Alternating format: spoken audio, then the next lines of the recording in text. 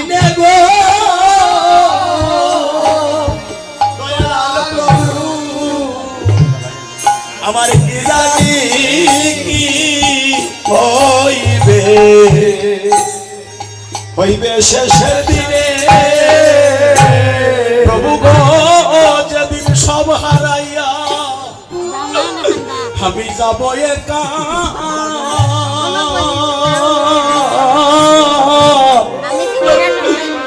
हमारे पारेर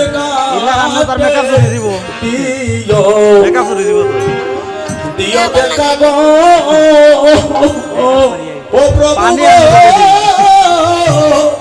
जदिन सब हाराया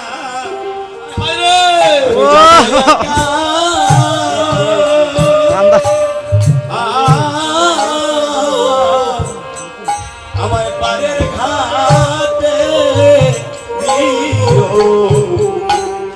दियो देखा गो हायरे আমি দিন বিকারি হরিবল হরিবল রাধে আমি দেখো আমারে দিও পারবো করিয়া রে ওই আমি দিন বিকারি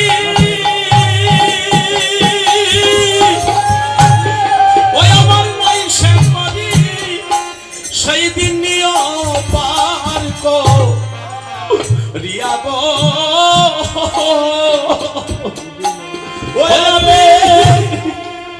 আমি দিল বিকারি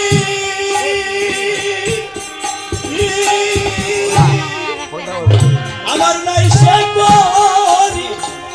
আমার নিও করিয়া গো हमारे संग ओ प्रभु कइर ना गो हमारे संग छाड़ा आस्था करबो समय নাই আমি বহু জন্মে জন্মের অপরাধী আমায় সঙ্গ ছাড়া ও প্রভু কইর না গো আমি বহু জন্মে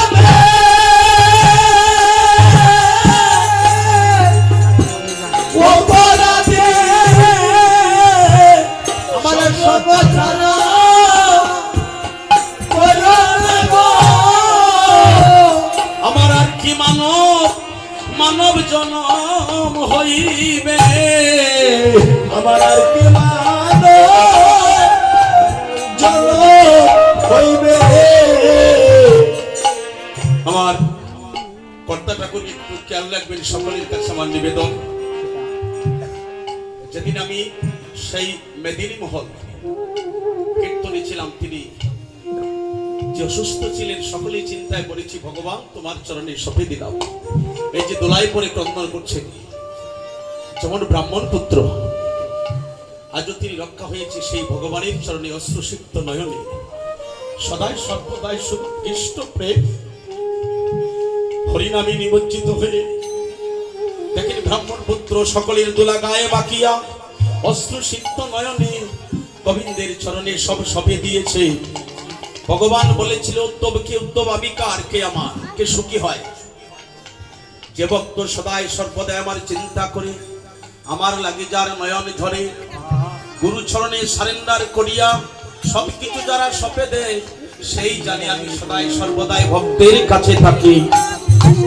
আমি সেকেন্ডের মধ্যে 5 তলায় নিতে পারি নিমিষের মধ্যে গাছতলায় নিতে পারি সেই কথা সকলে জানে না জানে কারা মানুষ গুরু নিষ্ঠা যার মানুষ গুরু নিষ্ঠা যার এইভাবে মানুষ গুরু নিষ্ঠা কি এখন নিষ্ঠা ভাবি হরে কৃষ্ণ কথাগুলো আপনারা মূল্যবান ভক্ত আমি এই জন্য গুরুতত্ত্বে যখন প্রবেশ করি মনে হয় যে অমৃত সুধা সাধন করি ওই জায়গাটাকে ধরে রাখতে হবে সর্বসাধন সিদ্ধি হয় তার সর্বসাধন আপনি যা করতে পারবেন না, যদি সদ্গুরু আপনাকে কৃপা করে সে অসাধ্য আপনার সাধন হয়ে যাবে। সর্বসাধন সিদ্ধি হয় তার, এইভাবে মানুষ গুরু নিষ্ঠা যার। নিরাকারে যদি বইছে ওরে আকারে সাকার হইল সে, যেজন দিব্য জ্ঞানী হয় সে আমারে জানতে পারে, যেজন দিব্য জ্ঞানী হয় সে জানতে পারে। মানুষে আসিয়া প্রভু হয় সে সাকার, মানুষ গুরু নিষ্ঠা যার। এইভাবে মানুষ গুরু নিষ্ঠা যার। তো এক গুরু তত্ত্ব আমার মনে পড়েছে। একজন গুরু বলেছিল তার দুইটা শিষ্য, একজন লেখাপড়া খুব ভালো করেছে, মনে করেন ডবল এ দিয়েছে, আরেকজন শিষ্য ক্লাস 9-10 পর্যন্তই পড়ছে। 9-10 এখন দুইজন তার কাছে আশ্রয় নিয়েছেন, যিনি হচ্ছেন গুরু। দীক্ষা দিয়েছে গুরুদেব। দীক্ষা দেওয়ার পরে বলছে, বাবা আমার একটা শর্ত আছে। কি শর্ত বাবা? যে তোমরা দুইজন শিষ্য, গুরুর কাছে সবাই তো সমান। আকাশের সূর্য যেমন সবার করে সমপরিমাণে আলো দেয়, ভগবান এবং গুরুর কাছে